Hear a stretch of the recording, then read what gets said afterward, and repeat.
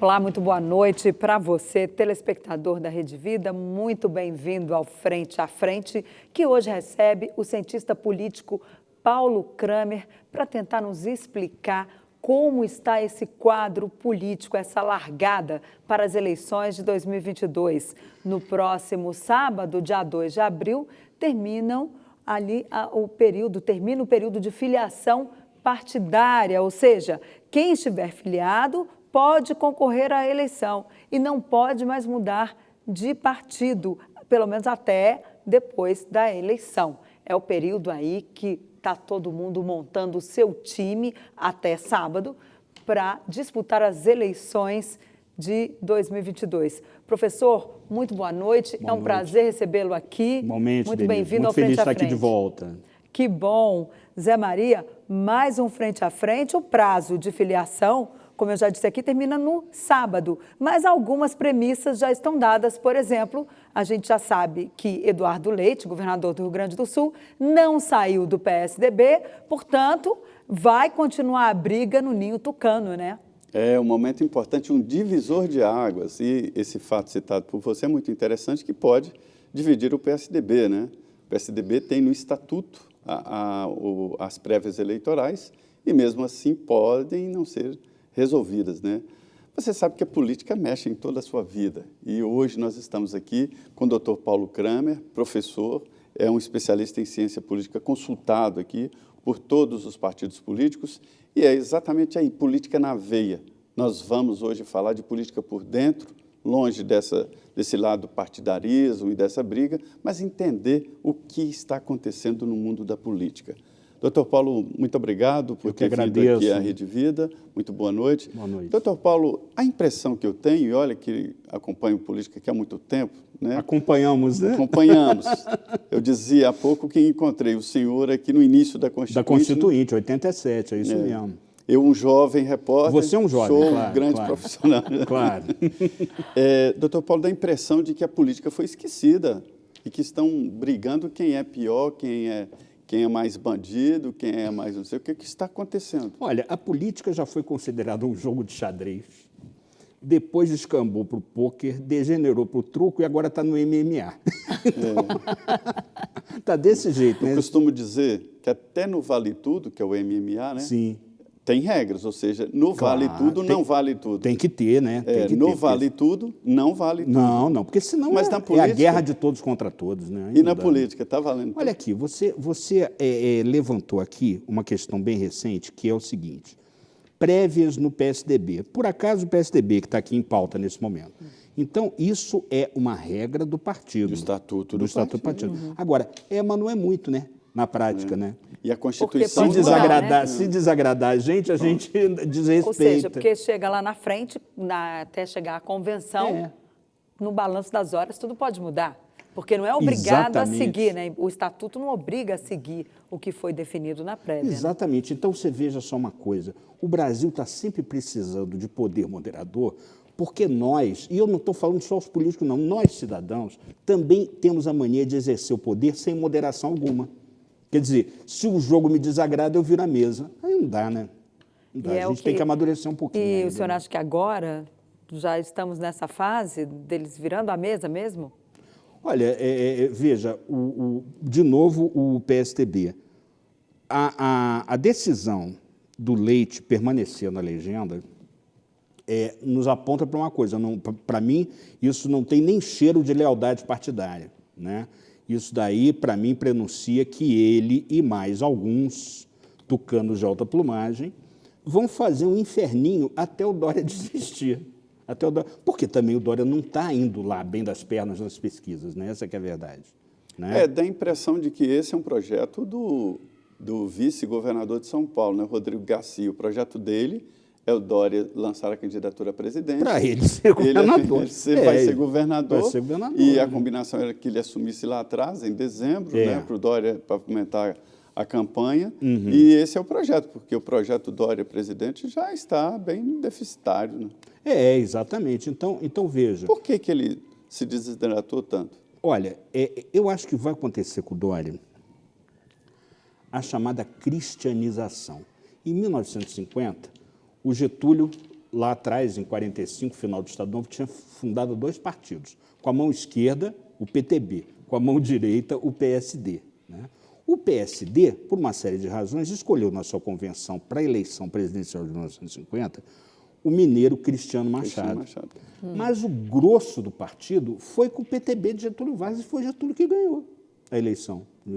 Então, foi abandonado. Esse termo significa abandonado. É cristianizado, abandonado. Pelos seus aliados, pelo seu próprio partido. Pelo seu próprio partido. Então, você pergunta, o Dória. O Dória é um cara muito arrogante, né? Apesar de ser um administrador que me parece ser uma pessoa com uma boa visão, com um bom preparo, né?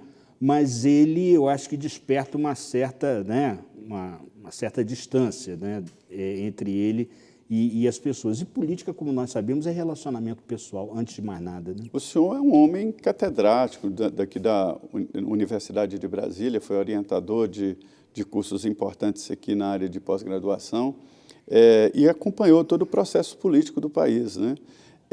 Por que esta fragmentação? Eu tenho uma desconfiança que é dinheiro. Entrou muito dinheiro na política e política virou, os partidos viraram lojinhas de faturamento, né? Não tem a dúvida. Mas qual é a sua visão? Por que dessa fragmentação tão grande assim? A minha visão de cientista político é a seguinte: quando você tem um sistema de representação proporcional, e existem vários tipos de representação proporcional, mas quando você tem um sistema de representação proporcional como o brasileiro, quer dizer, não existe nenhuma pré-ordenação das candidaturas numa lista fechada. Quem dá a verdade, quem hierarquiza a coisa é o eleitor na cabine. Né? Então, desse jeito, esse sistema produz muita fragmentação.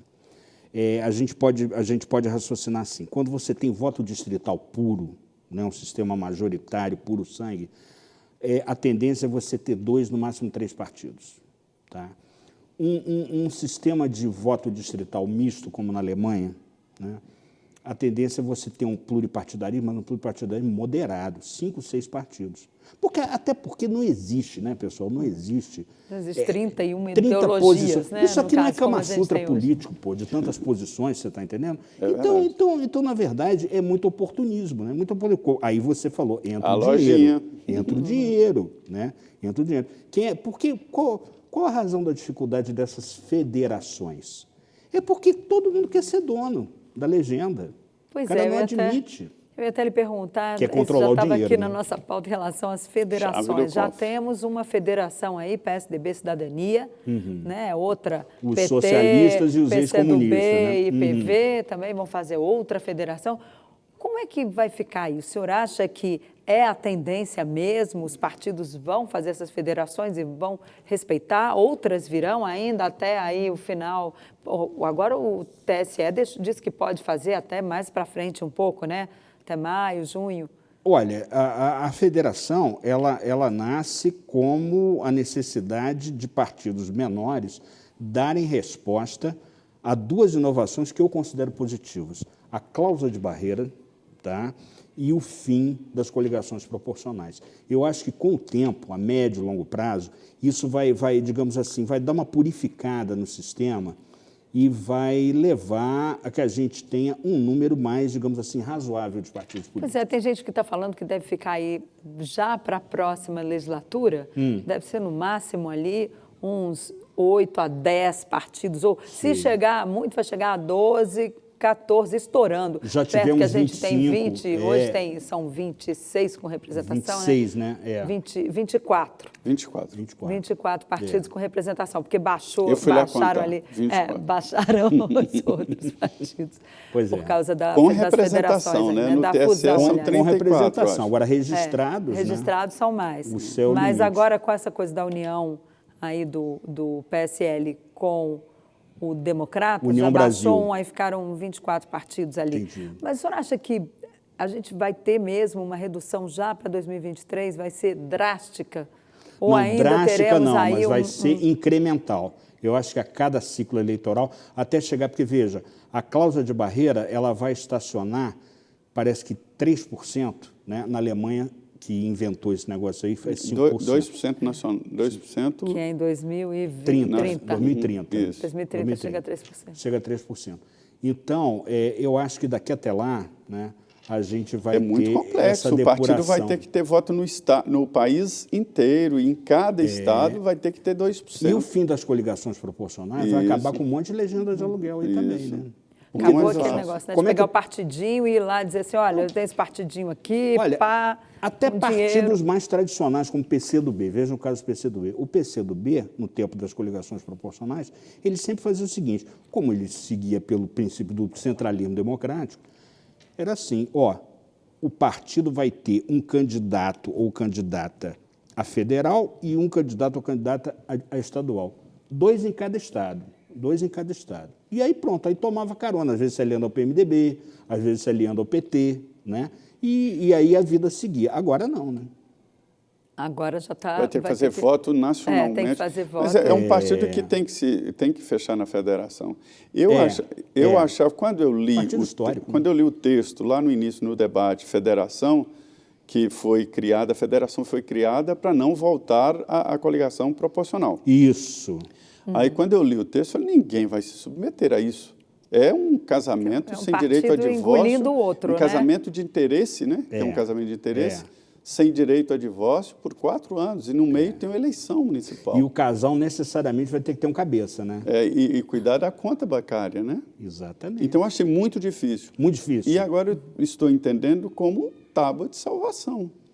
Estão Saída fazendo a de federação por sobrevivência. sobrevivência. Inclusive, a gente já viu aí hoje 3 deputados deixaram o PV, aliás, deixaram o PSB, Partido Socialista Brasileiro, e foram para o PV, que é quem vai ter ali a federação, vai participar da federação Olha aí. com o PT. Então, esses partidos, esses deputados querem sobreviver, né? Porque eles Com estão vendo, olha, certeza. no PSB vou ter dificuldade ali, porque o partido não Tá entrou todo mundo com a em nenhuma calculadora nas federação. mãos, né? Com E aí certeza. eles seguiram. Com certeza, eu acho que é exatamente isso. E você tem uma variedade aí de situações que vocês, como analistas políticos, conhecem. Por exemplo, o sujeito que ele cata voto num monte de municípios, né? O outro que concentra os votos em alguns poucos municípios, né? Quem tem mais Então, chance de sobrevivência hoje? O que concentra ou o que tem pulverizado? Olha, eu acho que vou te contar, depende da situação local e depende do candidato, entendeu? Do candidato. Porque voto pulverizado Não é assim, matemático, né? Não é uma ciência exata. É uma onda, né? Porque assim, o voto disperso, o que é? É o líder comunicador, não é? É um sacerdote de alguma religião, É o que chama de não é? voto de Um opinião, radialista, não é?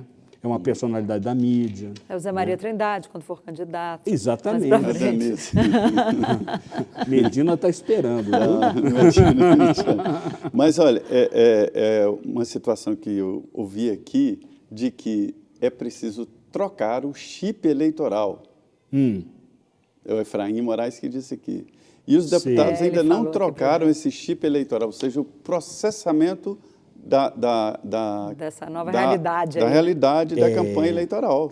Olha, é totalmente diferente. É uma nova eleição. Vou contar uma história rápida para vocês. O meu guru, filósofo, historiador, analista político Antônio Paim, né? Ele se deu o trabalho, com um estatístico baiano, amigo dele, ele se deu o trabalho de fazer uma simulação, tá? De quem viria, de quem está aí agora na Câmara e quem viria com voto distrital e quem ficaria de fora. Deu exatamente quase a mesma coisa em boa parte dos estados. Mas e o medo que as pessoas têm de mudar? Mesmo com aquele papel provando, fala assim, rapaz, você seria reeleito também. Interessante é mesmo. Aí fala assim, professor... Porque eles estão morrendo de medo. Assim, Todos. Professor, mas sabe, eu até agora tenho sido eleito assim, tem dado certo assim, eu tenho medo de mudar. O senhor convive diariamente no Congresso. Diariamente. O que eu sinto na minha convivência é medo. Medo. Está todo mundo com medo. mundo com medo Não do apenas os deputados, que a Câmara vai renovar 100% das cadeiras, mas até aquele terço de senadores que vão ser renovados esse ano. Mas Também essa tá todo eleição, mundo a com medo. tendência é de muita renovação? Porque geralmente já dá para sentir ali o cheiro, né, do ano, a gente já vai vendo ali se o perfume é de alta mudança, se o perfume é, não, olha, tá mais ou menos, deixa aí como tá. Ô Denise, olha, eu me guio muito pela sabedoria do falecido doutor Ulisses Guimarães. Quando perguntavam para ele qual a pior legislatura que ele conheceu na sua longa experiência parlamentar, ele respondia assim, a próxima. Então assim, você pode ter até renovação, tá certo, de cadeiras em termos de indivíduos, né? Mas o perfil é muito parecido, quer dizer, muda, mas muda muito lentamente. Essa é uma ideia recorrente ali no Congresso Nacional. Eu me lembro de uma história do Carlos Chagas, grande jornalista. Grande jornalista. Ele dizendo que estava no Salão Verde. O Salão Verde é a antessala ali do plenário da Câmara. E com Flammarion Mostre, com os holandas, né, conversando. Lustosão. Lustosa da Costa. Aí falaram para ele assim, nossa, que legislatura horrível. Bons tempos eram aqueles do Bilac Pinto, de não sei quem. E lá no momento que eles falavam, estava o Mário Covas, Ulisses Guimarães, Tancredo Neves, veja bem, e eles dizendo que era horrível. Que foram todos daquela época antiga. Aí responderam assim, não, fica tranquilo, porque daqui a 10 anos estaremos nós. Nossa, que legislatura horrível. Bons tempos era aquele do Gedel Vieira Lima. Assim, né? É isso aí. É isso aí, ó. Nós vamos agora ao intervalo. 2 minutos estaremos de volta aqui no Frente a Frente, falando de política direta ali com o professor Paulo Kramer. 2 minutos e estaremos aqui.